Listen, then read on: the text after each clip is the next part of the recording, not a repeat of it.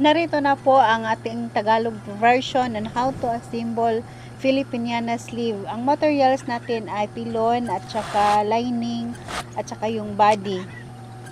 First step is to attach the lining into pilon. Yan ang unahan natin pag-attach. I-join together, and after natin ma-join ang ating lining at saka pilon, susunod natin yung body.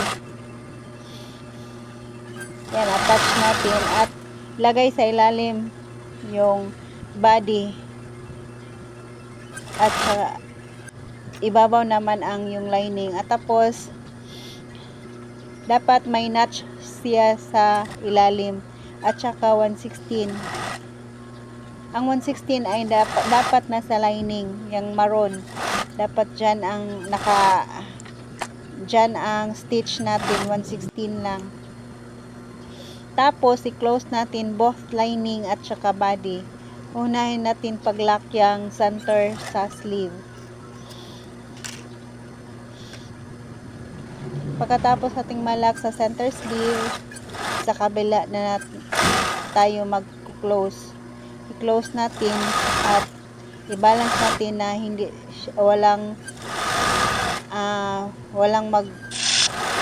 walang mag-pleats.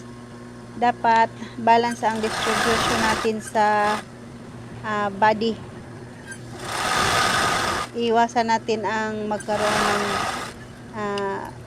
hindi mag-balance ang iyang distribution kasi pag hindi balance dyan, hindi magandang tingnan. Dapat plain yan. Yan ang finished product natin pagkatapos nating i-overlock ang iyang edge. Tapos mag-start na din tayong gumawa ng pleats. Mag-marking tayo sa center sleeve at indicate natin ng front. Dapat may indicator tayo kung saan natin ilagay ang front sleeve at saka back sleeve. Unahin natin pag-measure sa front sa center sleeve 2 inches ang dapat. Tapos mag-first pleats tayo. Gumawa na tayo ng first pleats. Ang measurement niya dyan is 2 inches. Tapos pagkatapos ng gumawa ng first na pleats, ang measure din naman ay 1.5 inch sa susunod na pleats. Both sides may 4 na pleats dapat from the center sleeve.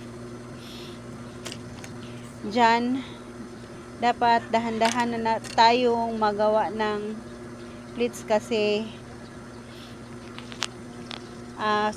sobrang makapal na ang ating sleeve dyan kasi yung pilon nating ginagamit ay sobrang makapal para hindi para matibay ang ating sleeve. Diyan dapat mini-measure natin ang ating mga ginawang pleats upang magandang tingnan, balance ang ating ginagawang mga pleats. Tapos aayusin natin ang ginagawa natin pleats. Dapat i-guide natin maayos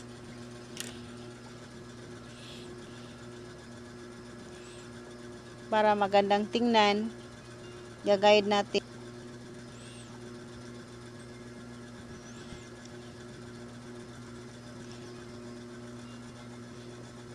at saka yung mga edge niya dapat pantay na pantay at didikdikin na natin yan sa martilyo. Yan, para magandang tingnan, balance ang ating mga post. Yan ang finished product natin. Charan! Thank you so much for watching.